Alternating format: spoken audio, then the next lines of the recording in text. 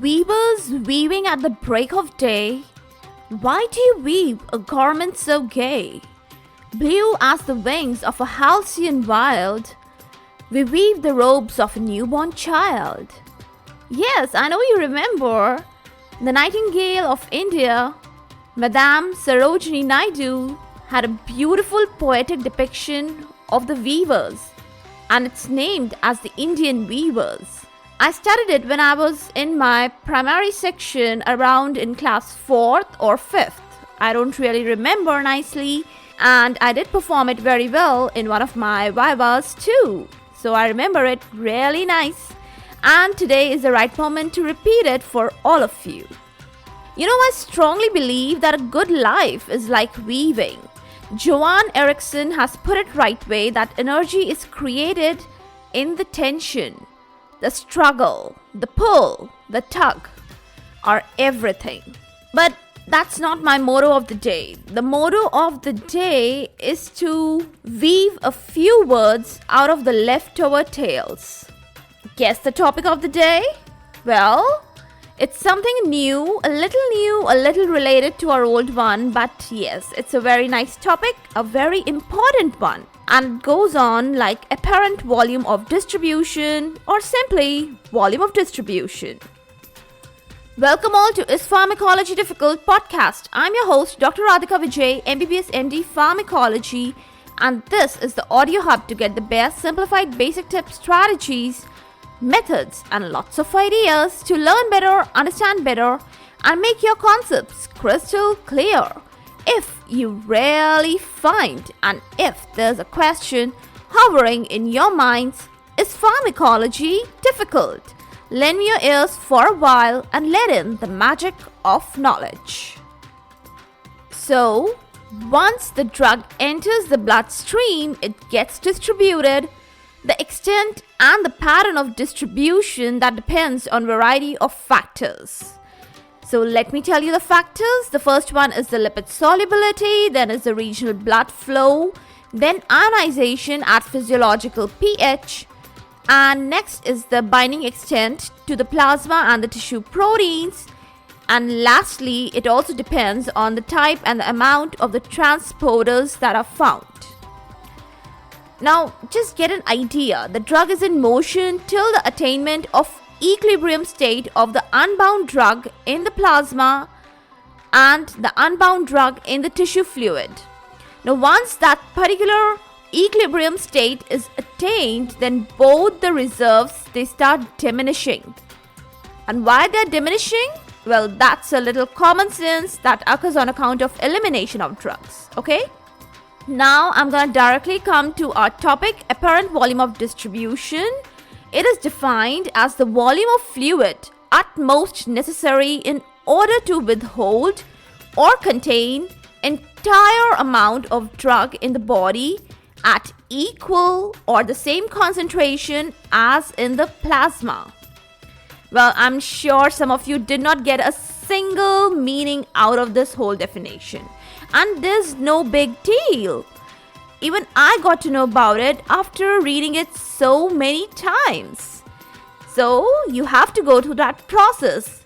You listen to it again and again, you read it again and again, and then you get the meaning of what does it actually means or what is it. See, we have a formula also for this apparent volume of distribution, okay? Now, as I start describing this apparent volume of distribution, you'll get to understand the concept of what do I mean by apparent volume of distribution. See, why I'm using the word apparent. Apparent means because it's not real. It's apparent, it's hypothetical. We are imagining the whole body as a single homogeneous compartment, and then we are giving one formula which goes on something like this. The volume of distribution is equal to the amount of the drug in the body upon the concentration in the plasma at the time 0. Now time 0 is the time when IV administration, intravenous administration is done, okay? And in a very simple term, volume of distribution is equal to the dose given intravenous upon the plasma concentration. That's so simple, right? So Apparent means it's a hypothetical, it's not real, because we are imagining body as a single compartment. The body is not a single compartment, right? So, just to derive a sort of a concept out of it, now let's go back to the definition quickly so that I can explain you what does the definition mean. Now, when you imagine the body as a single homogeneous compartment, then what is volume of distribution? It's the amount of the fluid that withholds or contains the entire amount of drug. Entire drug amount that is administered in the body at the same concentration as it is in the plasma. That's really tricky, but that makes a little sense. Better than the last one, right? Okay. Now, this whole concept of volume of distribution is quite essential. It is useful to compare the drug distribution in body with the volumes of water compartments in the body. That's the beauty and that's the essence of learning this volume of distribution. So let's quickly get to know the distribution in the water compartments in the body. Now, what are these different compartments? That's very important. We should know the names of the compartments and what is going on in the compartment. That is important. So the first compartment I want to talk about here is the plasma compartment. It comes into vogue for high molecular weight drugs or highly protein bound drugs. Why? Because they stay limited to the vascular zone or the vascular compartment. And when they're limited to a particular zone or compartment, definitely the volume of distribution is low. Yes. And very good example for such a condition, for such a drug is heparin. You can just imagine that this volume is 4 liters in a 70 kg person. How low is it, right? Now the next compartment in the body we should know is the extracellular fluid. Now, just add up the plasma volume and the interstitial fluid volume, and what you get together, the sum is the extracellular fluid volume. It's generally around 20% of the blood water or 14 liter approximately in a 70 kg person. Now the question that arises here is what is the importance of knowing this extracellular fluid volume? Well, the role it is playing is that drug should satisfy the two norms. The first norm is the drug should have a low molecular weight. The second one is the drug should be hydrophilic. And then such a substance or such a drug molecule easily crosses the capillary endothelial slits. It enters the interstitial fluid but not the lipid cellular membranes. Therefore, what happens? It has no access to the intracellular fluid.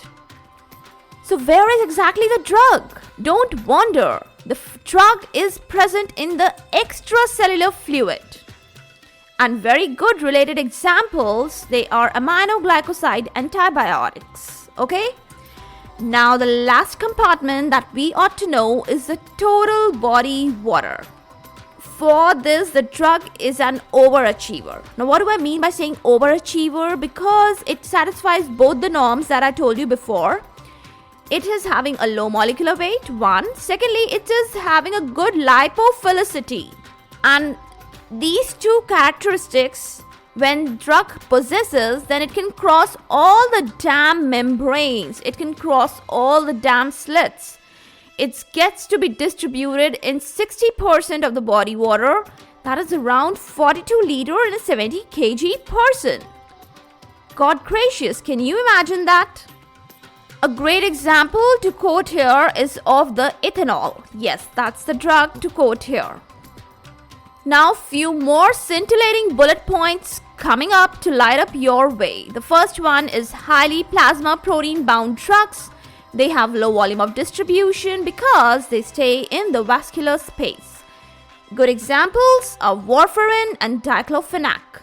Second important point. If the volume of distribution is too large, its great amount stays in the extravascular tissue. And you know what is the horror of the situation?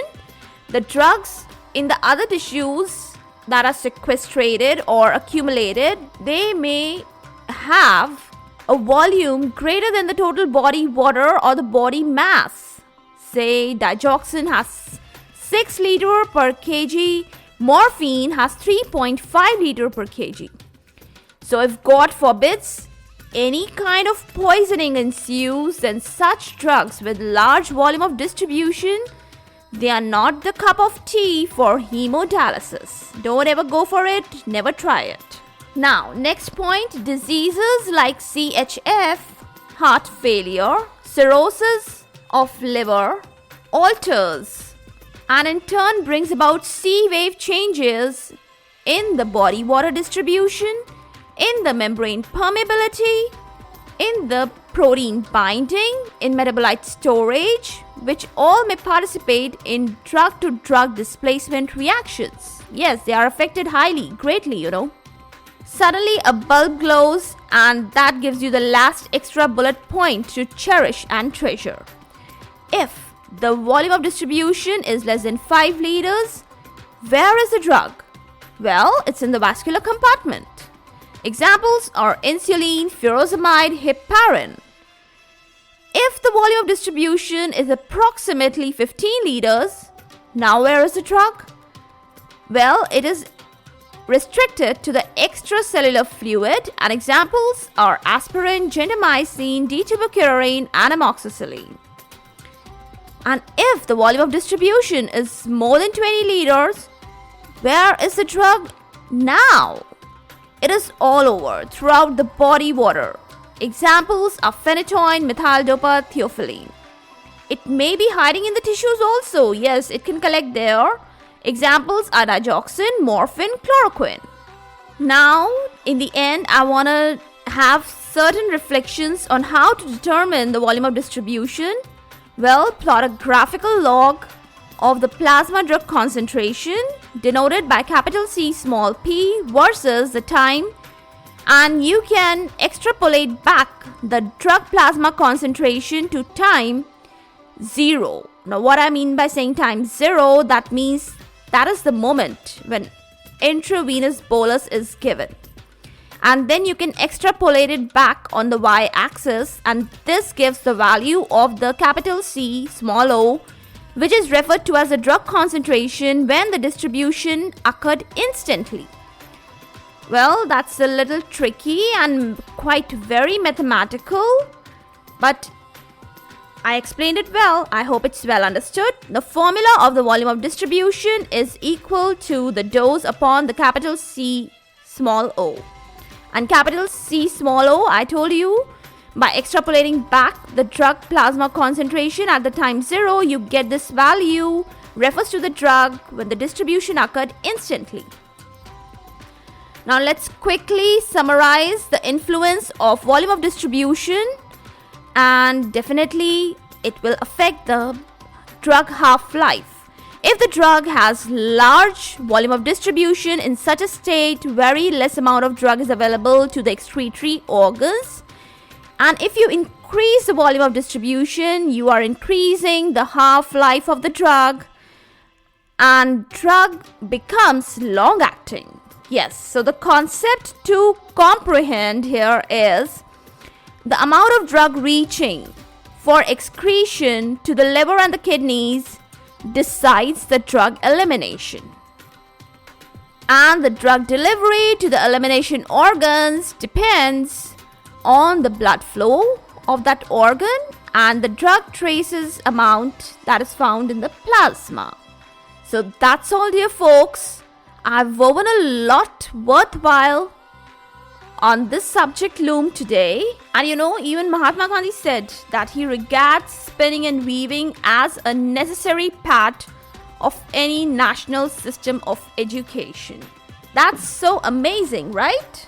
For all the updates and latest episodes of my podcast, please visit www.ispharmacologydifficult.com, where you can also sign up for a free monthly e-newsletter of mine.